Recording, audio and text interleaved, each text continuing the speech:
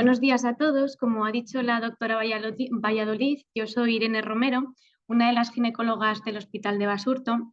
Y antes de empezar con esta primera sesión, me gustaría dar las gracias en nombre de todas las compañeras que participamos en la jornada por la acogida que ha tenido esta jornada, porque es verdad que aunque creemos que el tema lo merece, estamos gratamente sorprendidas.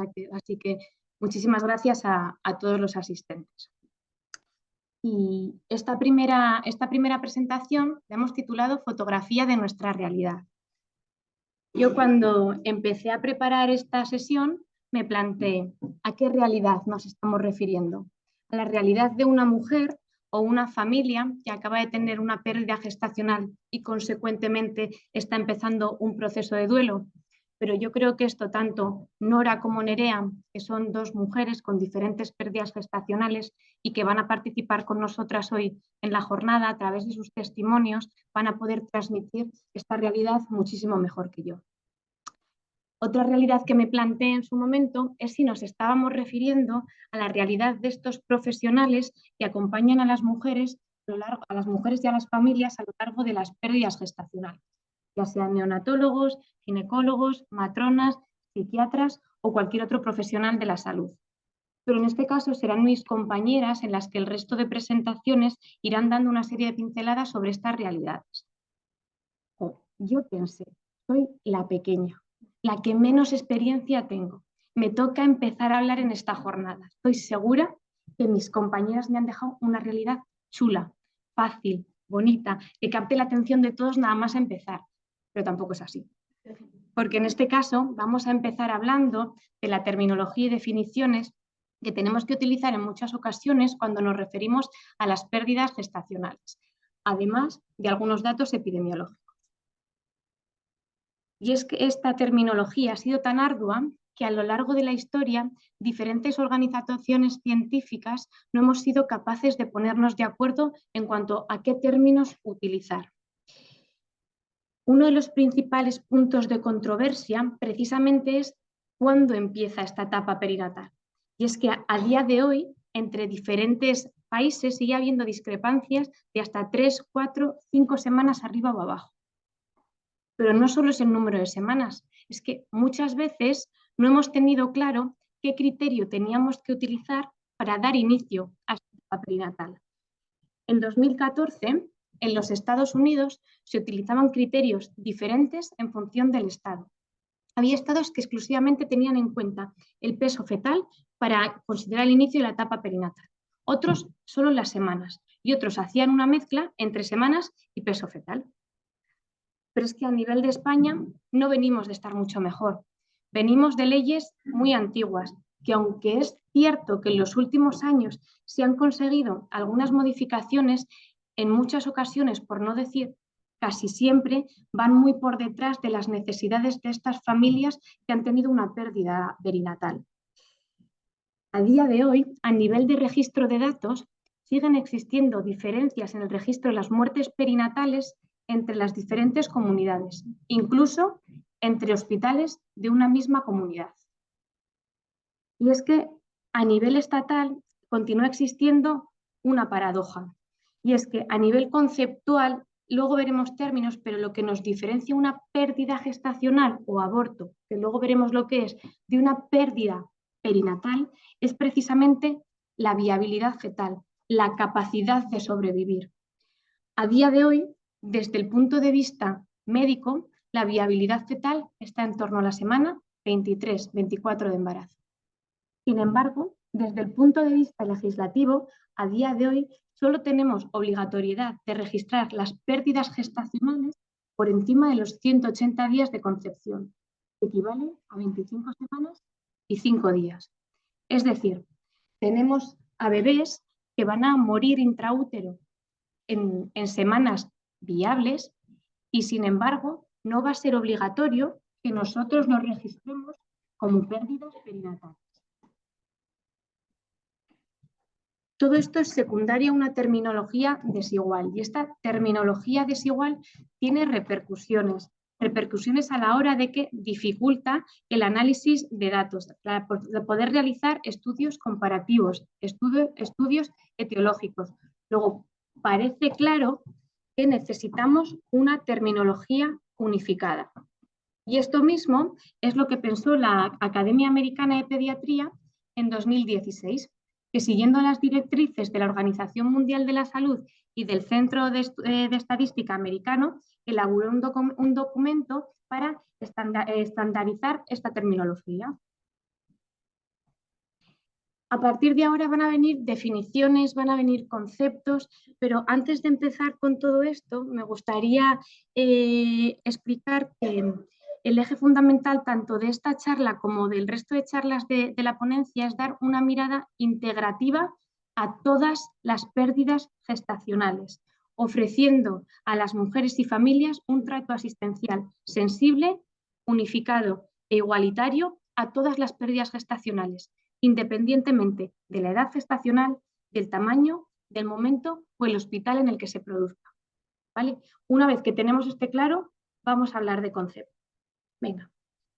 Pues la Organización Mundial de la Salud define muerte fetal, que es un término que nosotras vamos a sustituir por pérdida gestacional, como aquella muerte que ocurre antes de la expulsión completa o extracción de la madre del producto de la gestación, independientemente de las semanas de embarazo. Mucho más fácil. Es toda muerte de un bebé en una mujer gestante, fin, independientemente de las semanas. Estas pérdidas gestacionales las diferenciamos en tres grupos. Pérdidas gestacionales tempranas, pérdidas gestacionales intermedias y pérdidas gestacionales tardías. Las pérdidas gestacionales tempranas son aquellas que se producen por debajo de la semana 22 de embarazo. También las llamaremos aborto. Un tipo especial de pérdida gestacional temprana, que no voy a entrar en profundidad, son las interrupciones legales de la gestación, independientemente de que haya causa médica o no la haya. Las pérdidas gestacionales intermedias son aquellas que se producen entre la semana 22 y 28 de embarazo.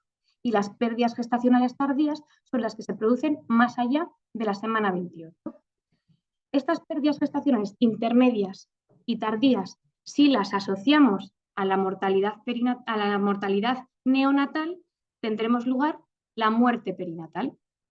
Vale. Pues vamos a ver qué es la mortalidad neonatal.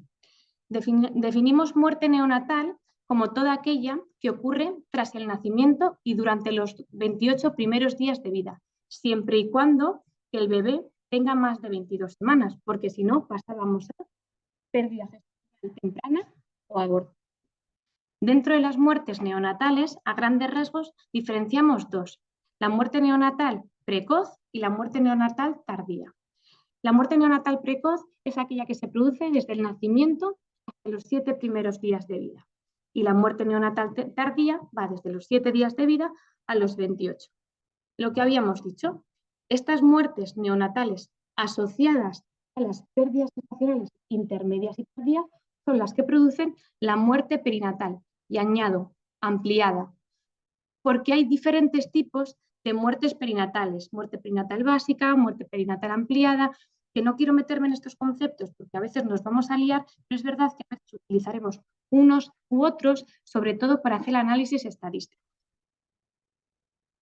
No se me puede olvidar un tipo especial de muertes, que son las muertes que ocurren en la unidad neonatal, y son precisamente eso, muertes en la unidad neonatal, que no tienen en cuenta ni cuándo ingresa el lactante ni el tiempo de vida que tenía el lactante en el momento de su muerte.